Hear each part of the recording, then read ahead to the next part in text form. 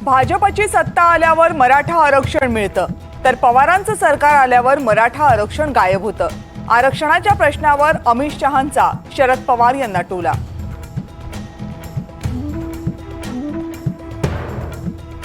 शरद पवार हे भ्रष्टाचाराचे सगळ्यात मोठे सरदार। अमित शहांचा शरद पवारांवर हल्लाबोल। पवारांनी महाराष्ट्राला काय दिलं, शहांचा सवाल।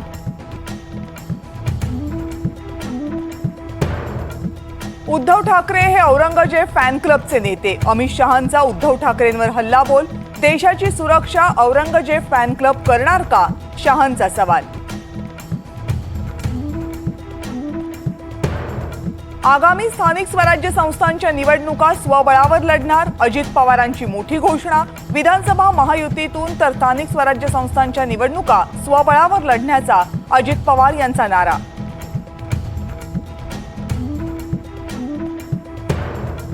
गुरुपौर्णिमेनिमित्त बाळासाहेबांच्या स्मृतीस्थळावर जात मुख्यमंत्री एकनाथ शिंदेंचं बाळासाहेबांना अभिवादन। शिंदेंसमवेत भरत गोगावले, राहुल शेवाळे, विजय शिवतारे, सदा सरवणकर यांचीही उपस्थिती।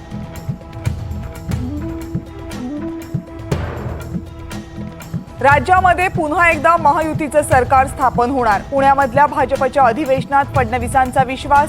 मैदानामध्ये उतरा आणि विरोधकांना ठोकून काढा, फडणवीसांचा पदाधिकाऱ्यांना कानमंत्र।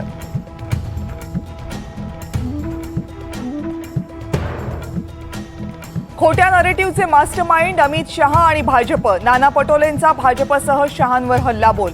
शहांनी सगळे खोटे नरेटिव्ह सेट केलेत, पटोलेंचं विधान।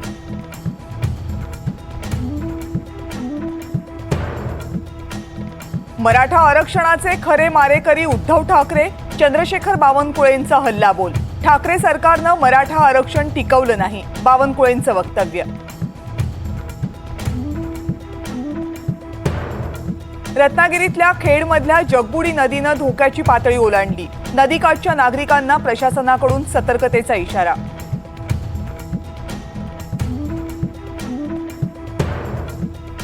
गुरुपौर्णिमेनिमित्त शिर्डीतील साईबाबा मंदिरात आतापर्यंत 2.5 लाख भाविकांनी घेतलं दर्शन।